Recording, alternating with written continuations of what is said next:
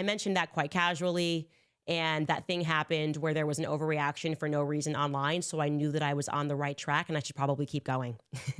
Now, I began scanning the people of the crowd obsessively. Obviously, you should see the folders on my desktop.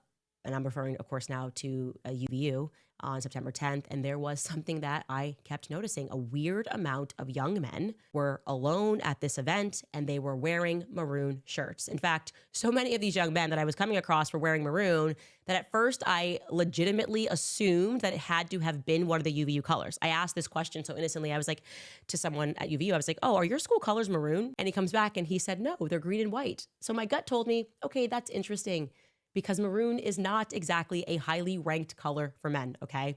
And it can't be that all of these men that are wearing maroon also happen to have attended this event alone. So I mentioned that quite casually, and that thing happened where there was an overreaction for no reason online. So I knew that I was on the right track and I should probably keep going. And I said something, I think it was on X, or maybe it was on the show.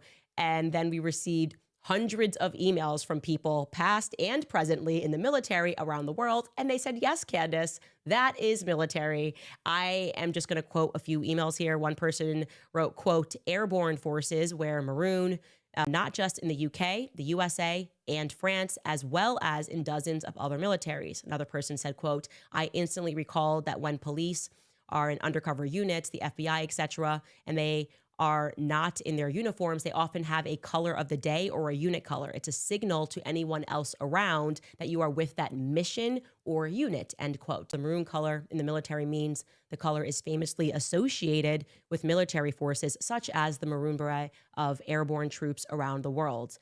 And another person explained to me that especially in coordinated violent scenes, making sure that people are in certain colors or in something that is identifiable is important so that military men can observe who to protect or who they're looking for, right? And so that just makes sense, okay?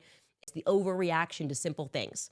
And I feel in my gut that it was not some random coincidence that so many of these fellas decided to wear maroon on September 10th and attend the Charlie Kirk event. It might turn out to be wrong, but I am beginning to suspect that our maroon boys in general were tasked with taking footage from predetermined angles.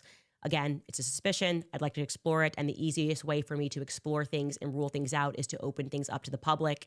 I would like to see if anybody recognizes and can identify these other maroon boys, because maybe I can determine what their extracurricular activities are. Are they all in the ROTC, as an example?